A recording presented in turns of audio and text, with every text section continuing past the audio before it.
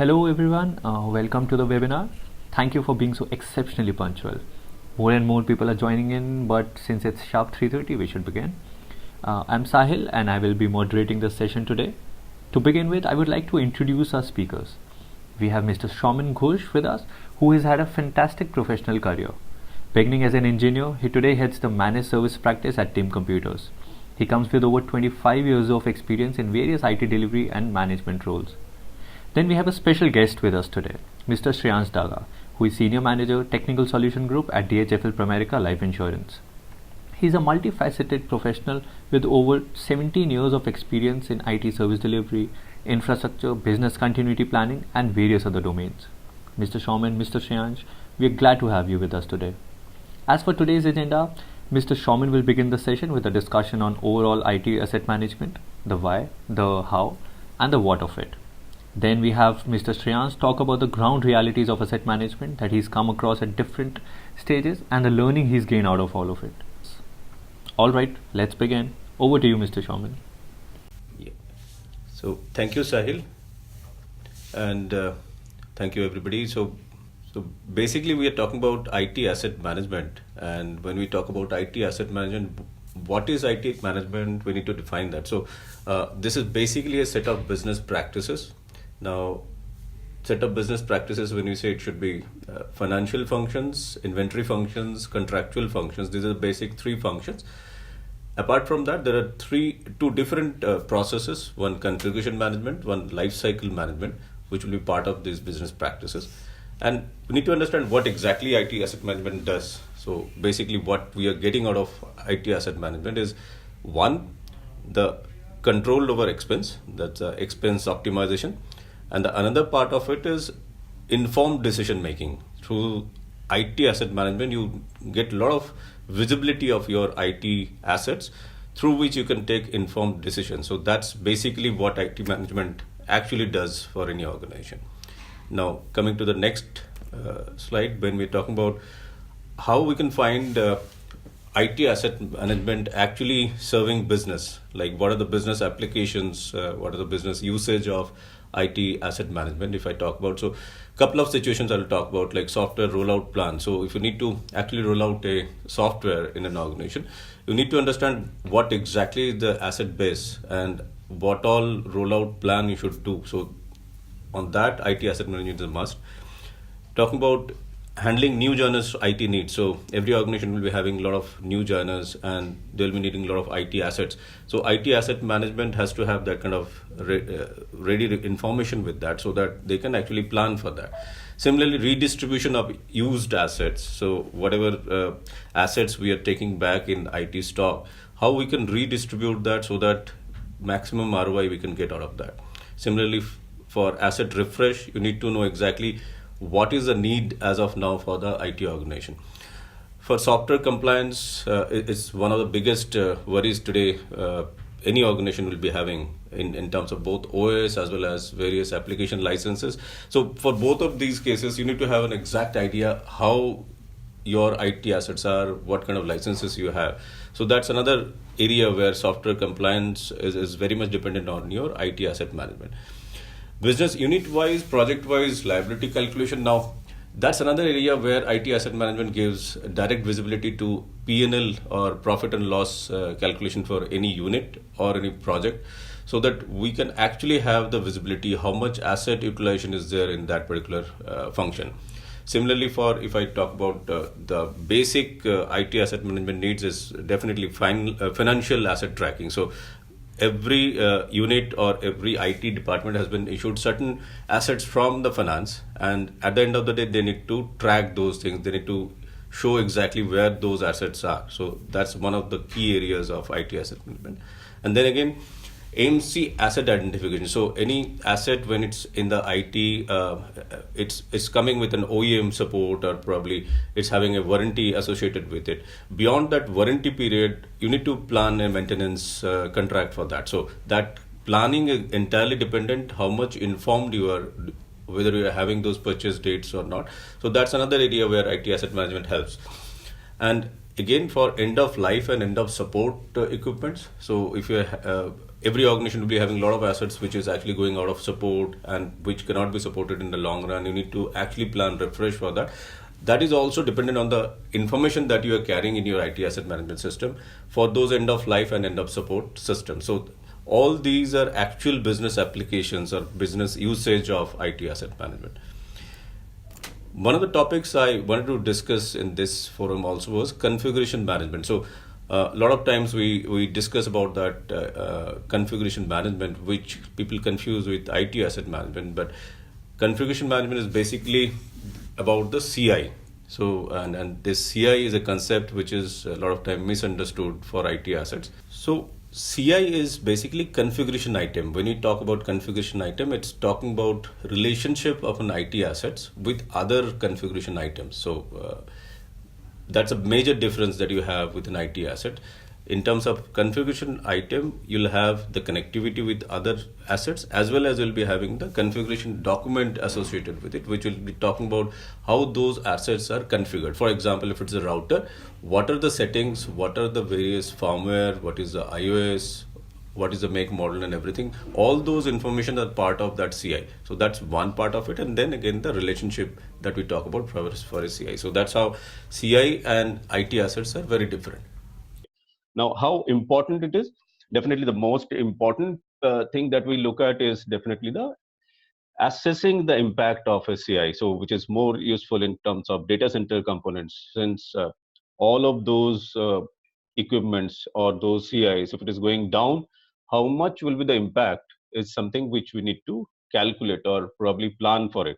Now, that is possible when we have the right kind of CI configured in your IT asset management. So it's definitely up to you to what level you configure your CI, but you should definitely be doing it for your data center equipment, because that's very important for in terms of your disaster recoveries or in terms of planning for your any kind of failure or planning for any kind of disaster for any kind of services. So that's one thing. And then in terms of any change management being handled, because if you have to change certain equipment or certain software or certain applications, you need to know exactly how many other things are related to that, how many other applications will be impacted with that, how many other servers will be impacted with that. So that entire gamut of it is covered in the configuration management. So any CI should actually have all those relationship documented with it. And then when you're planning for a change and when you have a definitive configuration management in place in your asset management system, you can very well define what should be your change requirement, what should be your change requirement, what should be your change timing. So those things will become much easier. So that's one area where definitely if I talk about asset management, I need to cover in configuration management as well, wherein you have to focus towards your data center components. Talking about the asset lifecycle management. So the asset lifecycle management is something which is completely different from configuration management, where we talk about the history part of it, how at what level it is. So it may be very very different in from one organization to another organization. Basically, when you talk about the IT cycle management, we talk about how do we track the IT assets within the organizations, and at what level, at what stage they are they in planning stage, so are they in acquiring stage, are they inducted into the system, or have those stock been calculated or entered into the system. So that is stock in stage, or whether they have been deployed, it has been given to various users, so it can be a deploy stage. So mostly that we see when we look at any asset in the organization, either it's in stock or it's probably in deploy stage. So mostly it moves on that, but then it can be in probably in repair stage, it can be going out for vendor, so those lease state and other things, which can be a managed state. And then it finally goes to a retire stage, where you discard the asset basis your organization's policies of retiring an asset. So these are broadly the asset life, but then again it can be various other stages for any organization. You can set that setup as per your need, but what is important in any such asset life cycle management and then defining such stages is how distinct those are for your business. So you have to define at each stage what is the distinction that you have, what are the fields that you'd like to capture at each stage. If it is on deploy stage, what are those things? If it is on manage stage, what are those things? If it is on retire stage, what are those things? So that is one. Then the other important thing is the accountability part of it. So at every stage, if it is in stock, definitely it would be probably with the in charge or IT in charge, or probably the store in charge. Accountability may shift to some other person, but when it is on deploy stage, the accountability definitely goes to the person who has been actually assigned this asset. So the accountability is very important in that, and you have to define that, and you need to create a control. So that's why the control system is very important in that, wherein you need to set it right so that at every gate, when it's moving from one stage to another stage, you create evidences in the system, and system can capture those evidences for later usage. So that's one very important piece in asset lifecycle management system, wherein you need to create those stages first, define those stages, and find out what are unique for those stages, and then you need to set up the control mechanism as well, wherein you finalize the accountability of every asset, and how do you actually control those at every stage.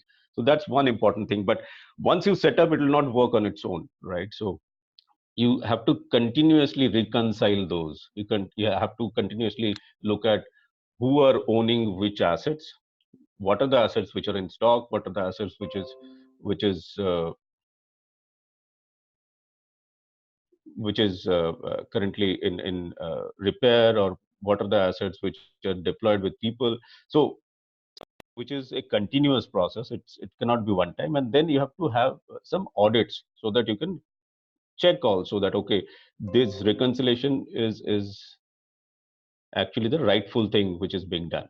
So broadly, asset lifecycle management talks about this defining of the stages, and then managing those, and then also having set up the audit mechanism and reconciliation mechanism with it.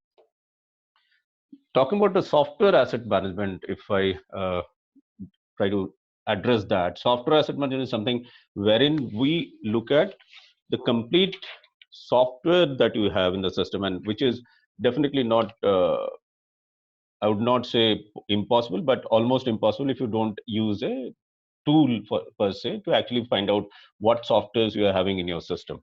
So discovery through tools is one of the must in terms of when you're saying your software asset management you are doing. Then inventorizing all the software. So where exactly those are, who is having that, that's one part of it. Then collecting the necessary license details is another part of it. Like once you have inventorized your entire software, what are the licenses you have acquired for them? So you need to check with your procurement and actually list down all those licenses details for all those softwares that you have been using. Then there is a term called normalization of software. So even for Office, for example, you may be having various versions. So you need to know how do you cover all those versions. So the older version may be supported with a newer version license that you are having. So that normalization needs to be done, which is a painful job normally. But yes, once you are starting up a software asset management, you need to do that normalization as well. Otherwise, your reports will never get visibility. So that's one part which is also important.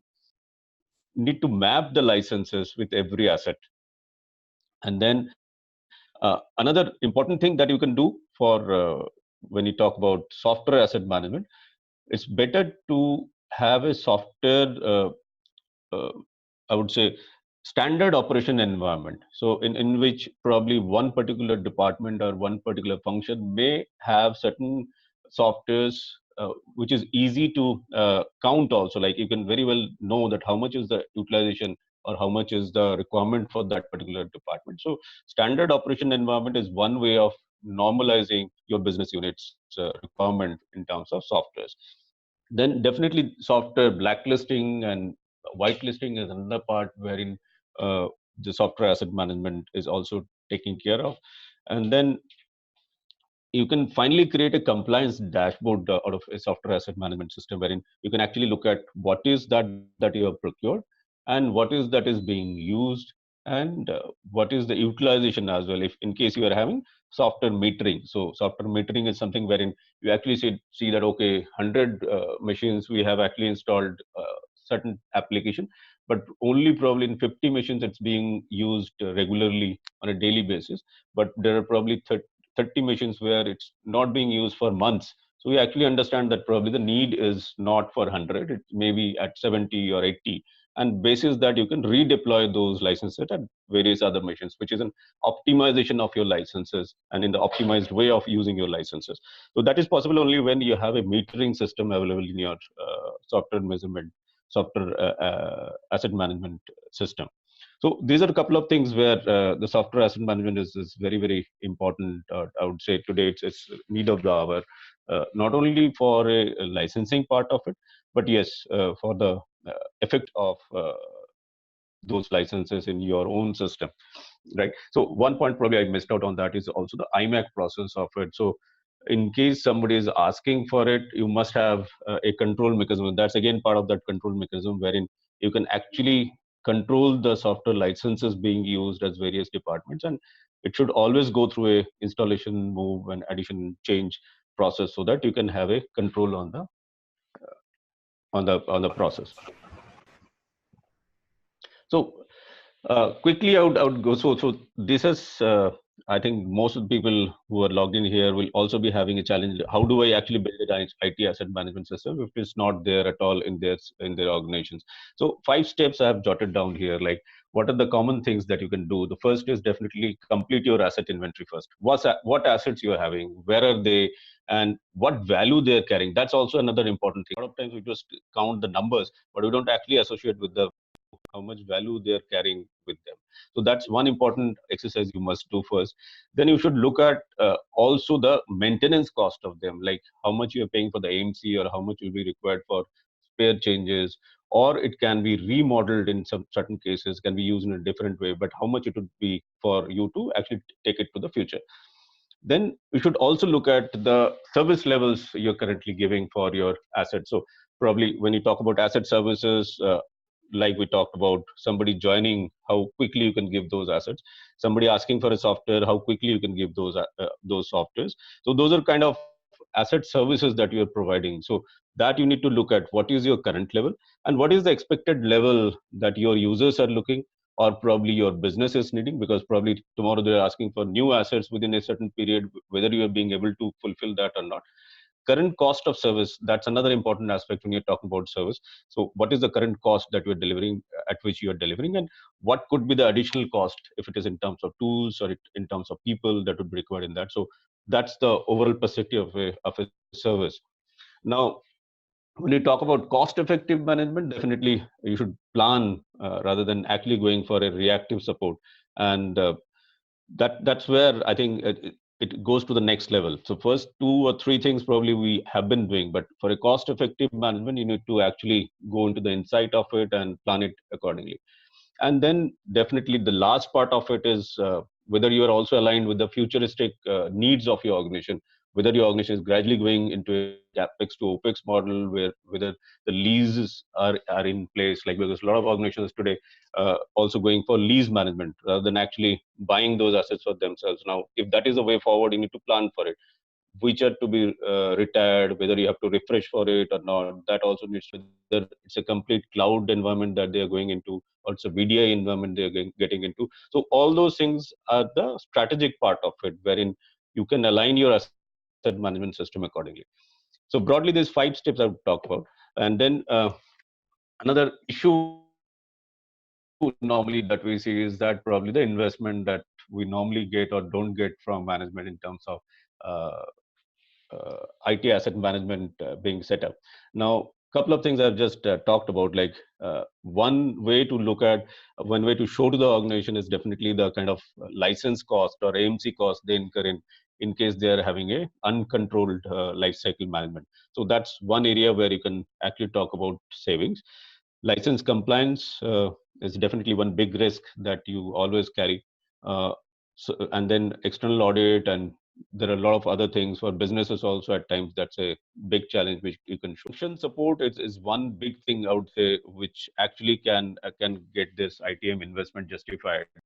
Cost per project, lot many times the organization is not knowing. So having a complete visibility to cost per project, business unit wise cost, and then how to plan for the next project, and how much budgeting we should consider, and in case we are changing the application of software or hardware, how much it would cost to the organization. So those are the things where it actually justifies to have a good IT asset management system rather than having a old traditional one. So there probably these things can help you to get that additional investment being done from the management. Now, definitely some other pieces which also can add to it, like how do you add more value to the organization with these ITM being in place? So one that we talked about, the underutilized assets can be reutilized at places where they can be utilized to the best way, or redeploying older IT asset to less demanding functions so that they can be utilized better, or planning stock against AMC plans, so that your that AMC cost you can reduce, and you can actually plan more stocks because you're already having old machines with you. So those are the kind of things. And then definitely the risk coverage, financial leakages, like there are a lot of theft cases or other things where the tracking itself can help. Legislative risk, because there are certain assets or certain licenses that you are carrying which may actually ask for legal actions. So, and definitely the another part which is important today, security, cyber security risk. So broadly, this is what we talked about. And so I would yeah, Sahil, yeah. So, over to you, Mr. Shreyansh.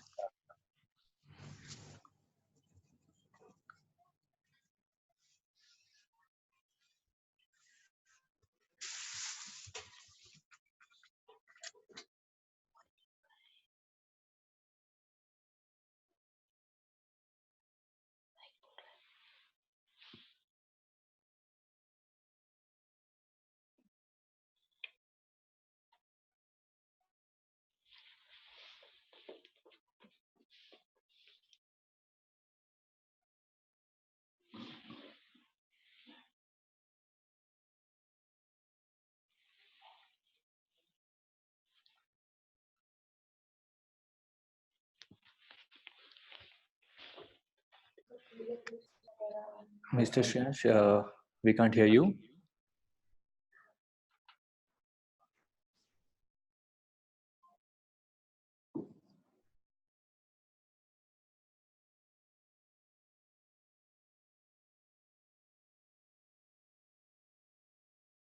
Hello, am I audible now?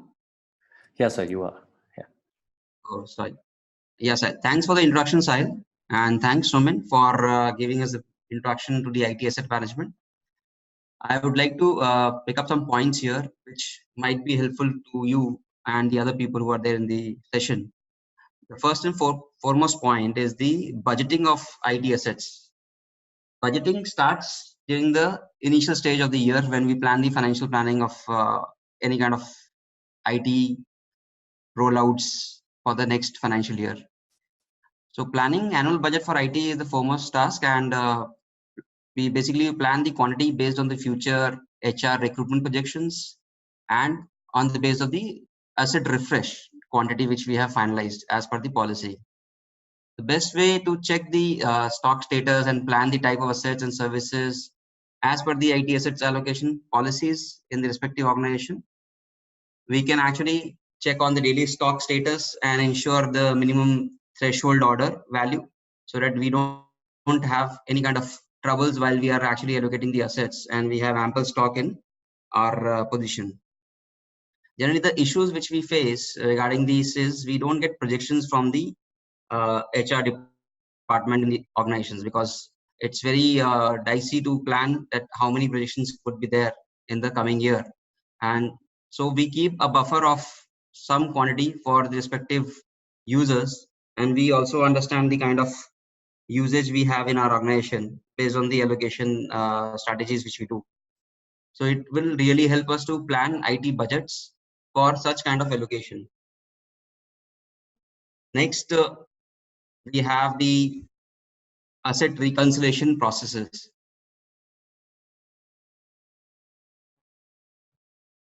So asset reconciliation processes is the key factor of managing the IT assets in the entire organization. So basically, when we deploy the assets, we deploy it to the respective users in different locations and areas. And all these assets basically are used by the users, and they might be moving out of the organization or getting transferred from one location to the other.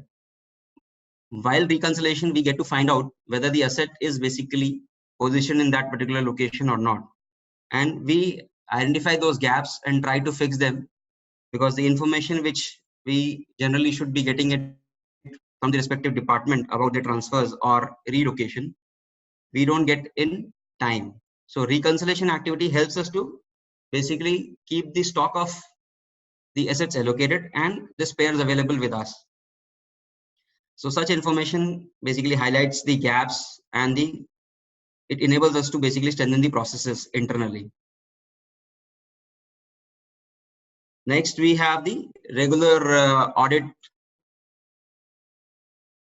processes, where different processes which we use in the IT asset management needs to be audited on a regular basis. One simplest form of process example is the IMAC. So IMAC is the first process where we actually use for the allocation of the assets or reallocation, redeployment of the assets. So if the IMAC process is not followed properly, and the listed tasks assigned to that particular IMAC process are not done in a right manner, then obviously it can lead to further process deviation. And users may not be getting proper tools or trainings as mentioned in the IMAC. So regular check on the IMAC, what has been done, what all things which should be at par with the particular listed items should have been allocated or transferred to the respective users are done or not. Such kind of process checks or audits will actually help us to strengthen the processes. Next, we can have the checking of the license allocation which we do with the respective systems. Sometimes we buy different systems at different period of time, and we might get new updates or new softwares like new operating systems with the new devices. And the teams which are using the devices for allocation, they might install a image of one particular system in other systems as well, without knowing what particular license the system should be owning. So license deployment is very critical part, and managing such license softwares deployments, we can do it with the proper checks. Similarly, if let's say for an example, if we have a Windows 10 and Windows 7 system, and we might be deploying Windows 7 earlier, and we have got received Windows 10, but the image which we already have created, we have deployed Windows 7 in Windows 10 machines as well, because the users were also comfortable with Windows 7 and Windows 10 was not actually implemented in the organization as a whole. So such scenarios, when we do the upgradation of these assets, we should be knowing what license the device was purchased with, and we should be allocating that respective license to the user. So proper checks will ensure us to actually avoid such kind of hassles or such kind of differences, gaps, and may avoid the future vulnerabilities as well, because some of the operating system might be getting obsolete. As per in the current scenario, we are facing that Windows 7 will be obsolete in the near future, so we should be replacing it with Windows 10. So we should have proper checks, and we should identify the kind of licenses which are allocated to respective machines and the respective licenses which were owned with the machines. So next is the asset refresh. Asset benefit program, which we generally do it for the users. So while we are refreshing the assets, what we do is we basically replace the old assets with the new one, and the old assets basically acquire the space and the area of the storeroom where we do not have anything further to do with them. So what we do is, to discard them, we use the employee benefit program or we have the other programs as well, where we discard the assets to third-party vendors also under the green certificate program run by the government for the e-waste management.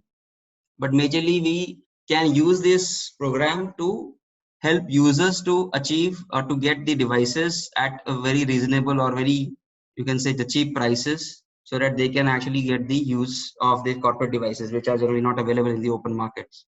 So it again helps asset refresh, basically helps us to put the old assets in use and get it to the respective owner of the device. If I am the owner of a device and I feel that this device is getting old now, and as per the policy this asset is going to be refreshed in near future, I can place a request to buy the device. As per the policy of the organization, the price is fixed and then the assets can be handed over to myself.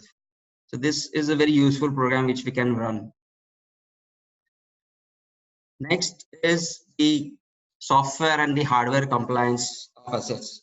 Now, under the software and hardware compliance, compliance itself is a very big term. So, software and hardware compliance in regards to the respective application and the hardware configuration is must. By running the processes to identify the software compliance and the hardware compliance, we get to know what kind of softwares which were either authorized or not authorized by the IT department have been deployed on the user machines or not. Sometimes some places do have the do have enabled the authorization of deploying or installing, downloading the applications for an employee or for a user, which he can do it on his own without any restrictions. But in some organization we have the restrictions imposed where a user cannot download, but sometimes the engineers who are working at a distant location might deploy certain softwares as on the basis of the request of the user, which should not be actually deployed. So keeping a software check, proper versioning check, license check will help us to identify the compliance aspects and fix those gaps or strengthen those processes again further to improve the compliance part. Similarly, in the hardware compliance as well, we should have the hardware compliance in place to find out the exact status of the configuration of the devices, and any change in the device configuration should be immediately informed to the respective IT SPOC to basically fix those cases or to identify what and where has it gone actually wrong. So compliance is very important from software and hardware perspective, and it will help us to avoid certain cases where we should not be actually facing any kind of challenges or any kind of further vulnerabilities, you can say. The software part, again, proper patching or versioning of the softwares is required, is must in case of the security applications and all. Simple example is antivirus as well, which should be updated every time. So compliance check of that particular antivirus software is must and a regular practice which everybody should be doing. Next is the IT asset break fix review. So in the IT asset break fix review, what I wanted to highlight is the asset break fix cases which keep on coming from the respective end users for different kind of issues. But sometimes you may identify a scenario where you feel that similar case is being reported by many users, and a similar case might seem to be a physical damage case. But when you deep dive into that particular case, you see that physical damage cannot be done by every individual for that same product. For an example, I had found a particular OEM's machine breaking up from the base body was breaking up from the portion where the hinges are basically tightened. So those laptops, those devices were facing the same series which was actually newly deployed in the organization, was having similar, or you can say same instances across the organization. So we were having around 15 to 20 cases reported within a month. So keeping a check on those kind of physical damage cases or physical break fixes, we identified that it was a product manufacturing defect. and this we reported to the OEM, and we got all those devices, base units replaced, and further we had no issues with those devices. So such instances also help us to manage the assets in a proper manner, and it leads to basically save the organizational cost, or if even if the cost is basically charged to the individual is also happier when he sees that the issue which seems to be a physical damage is not pointing that he is doing something wrong. It's rather a OEM defect which gets rectified, and our IT team basically is functioning towards getting it repaired or getting it replaced, and it helps them to identify the to be on a safe zone basically. So concluding my discussion here, in case of any of further questions, you can actually ask me. Thank you. Thank you, Mr. Daga. Thank you for sharing your experience. Okay, so if anyone has any question, please move your cursor down below on the screen. You will see a tab called chat. So you can simply type in your question, and there's an option of sending it to either everyone, or you can also share it directly with me. My name is Sahil. Meanwhile, people have shared some questions privately, and I'll ask the relevant ones. So the first one is maybe Mr. Chairman, you can answer this. Is there any standardization for IT asset management? Standardization, you're talking about ISO standardization, right? I guess so. Hello. Yeah. Yeah. So I think ISO 19770 is a standard which applies to IT asset management, and it has also got like 5 different kinds of certification. So broadly, it's ISO 19770. That answers you? Okay. Yeah. Okay. There's another question. On what basis do we choose an IT asset management tool? Mr. Daga, maybe you can answer this. On what basis do we choose an IT asset management tool? Yes, well, thanks for asking the question. The basis can be each and every point which Showman has mentioned here, and even the problems which I have discussed. So IT asset management tool basically helps you to keep the things under control, monitor, and gives you the right real-time picture of the IT assets which are being used in the organization. Yeah. So if I may add to that, sorry.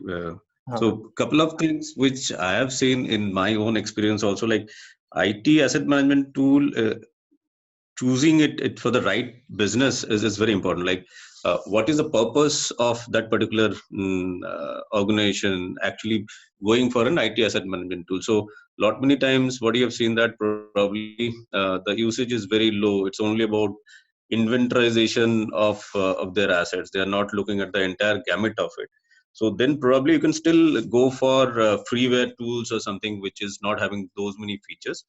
But yes, if it is a complete IT asset management requirement, like Shreyansh was mentioning, like if you're actually looking at the entire gamut, looking at every aspect of it, having software asset management, and then having a complete visibility of your hardwares also, and all the views, and how the cost is going down with each year, what is the capital value of those assets. So you need a complete asset management tool wherein you need to look at what kind of visibility your organization is looking at, and whether those visibilities are available from those tools or not. Like one of the key things which we have also seen in many of the organizations, for a bigger organization where you need to actually verify whether the assets are with the users or not. That's a yearly verification verification activity that they do, wherein the users have to say that, okay, I'm actually having these many assets with me.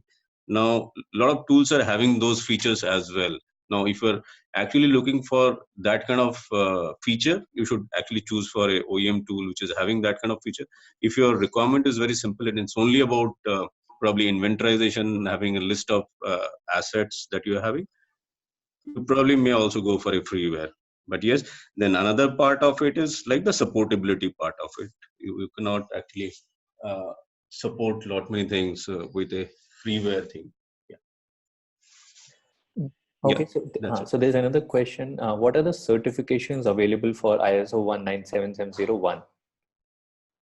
Certification is that itself is a certification, right? So ISO 19770 is a certification. You need to actually get that certification done from an ISO agency.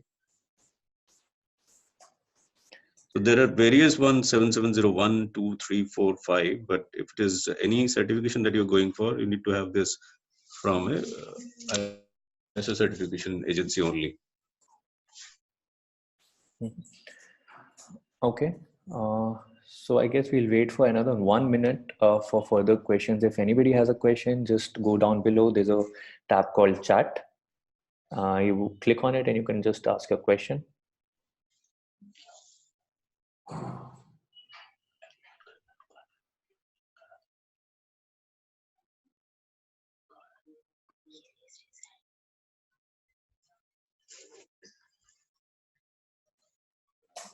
Okay, so we have a question. What are the common risks for asset management?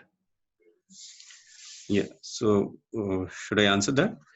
I mean, So in case we are not having a proper IT asset management system, the risks, definitely one of the big risks is the financial risk that you're carrying, because finance will have certain assets, certain value against that person or that department wherein we are having this kind of asset being given. And then if you're not tracking those, we are answerable to finance for that, and that entire liability comes to that department or department head. So that's a big risk, one. Then another big risk is definitely the software licensing risk. So all that OEM like Microsoft, Adobe, and any other OEM, so they have certain licensing policies.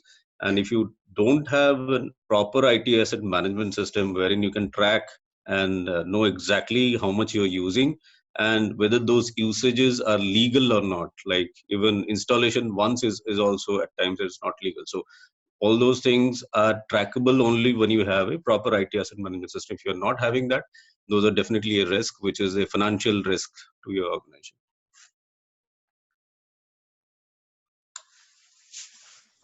Okay, so there's another question.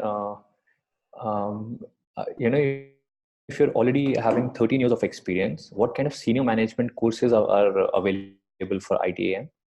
Any insight into that? Any specific course for ITAM, I don't remember to have seen in the industry, because it's mostly practiced, and then so ITSM as such is complete. So in ITSM itself, we'll be having a complete module of asset and configuration management, service assets and configuration management. So that itself talks about all that we have been talking about in much detail, with detail of processes. But if you talk about the practical usage of IT asset management and having a definitive course around it, I don't think there's any professional course. Okay, so Mr. Sunil, I think you were raising a hand. You can unmute yourself and you can ask the question.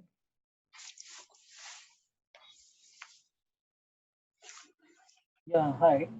So my question was more on the forecasting side. So how important is forecasting? Obviously, we all know that. But just wanted to know what are the tools available as part of standard solutions, and how smart are they as far as forecasting for IT asset requirement? Sorry, I think you may have to repeat the question. We couldn't hear. Yeah, your voice is a little. Okay. Yeah, I'll repeat it. Is it better now? Yeah, it is. Yeah. So my question was,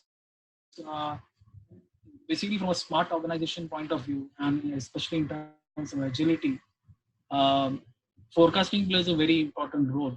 So I just wanted to understand how and what are the different techniques that are available in present IT asset management solutions, especially as far as forecasting is concerned. Forecasting, what would be your need in that case? So I'm not very clear about the need of this. It would be from a point of view like, suppose it's planning for the year. Okay, so how do I go about it? Because in an organization which is primarily focused on reacting to asset requests. Yeah, IT refresh you're talking about, right? Yes, yes. So, yeah.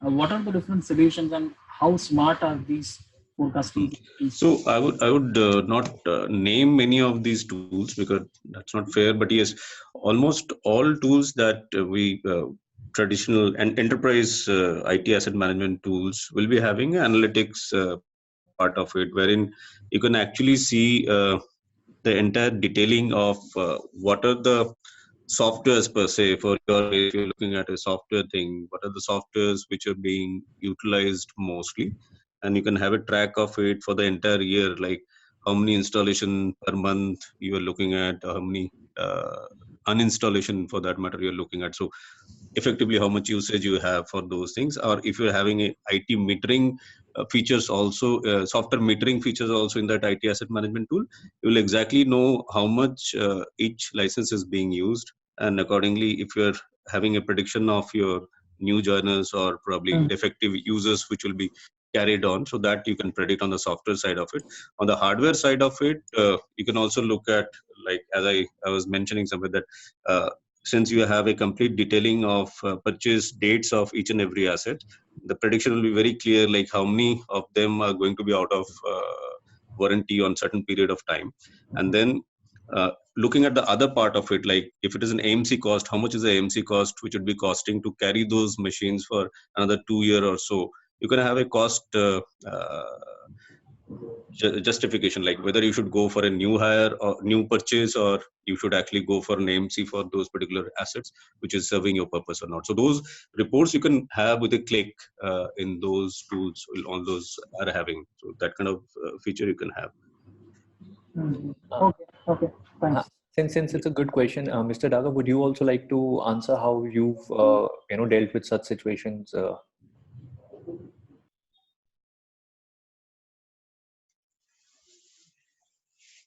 Well, I think Showman has answered his queries, and I agree to those points which he has mentioned. Okay. There's another question for you. Then it says, any specific skills which are necessary to be successful in IT asset management? Yeah, so Shreyan should like to answer that. Look, specific skills is the experience when you work, the practical experience. The overall management governance of the IT asset management lies in the controls, basically. What kind of controlling you require? Yeah, I think it's a very important point said, because every organization has a different set of control requirement. What exactly you're trying to control, whether you're trying to control your efficiency of your people, or if you're trying to control the leakage of your assets, because if it's very spread out one and you cannot control the assets. So that should be your primary focus, and then probably accordingly your skills should be towards that, analyzing those situations, and then choosing the right kind of model for your IT asset management. Okay, Mr. Shansh, maybe you can answer this. Which is more effective, asset management through tool, via a tool, or through AD or SCCM? Look, SCCM is another tool which is provided by Microsoft. So there are various tools available through which you can manage. Via AD, you won't be able to manage the complete IT asset management. So you will require a tool where you want to cater, again, the kind of controls which you require. So it all depends on the controlling part, whatever things are required, and accordingly you decide upon the tool. And obviously the commercial aspects of those as well, whether you gain the kind of ROI which you want from that particular tool or not. So your decision lies among those points as well only.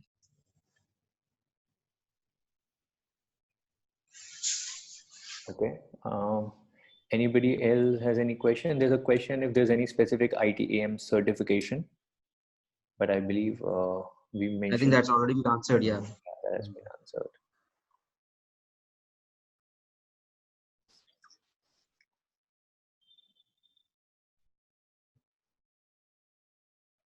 Okay, so I believe everybody's queries are answered now. So we'll wrap up this session here. Thank you so much, Mr. Daga, for being there. Thank you, Mr. Shawman, for enlightening us. Everyone will be sharing a small feedback form with you, a very, very small, very quick form that will really help us in improving what we do the next time. And thank you very much for being there. We'll keep you in loop for the next webinar, which we are doing on the 6th or the 5th of September. We yet to finalize the date. It will be on tools and adoption. So we'll keep you posted. Yeah. So thank you, everyone. Thank you, everyone. Thank you. Everyone.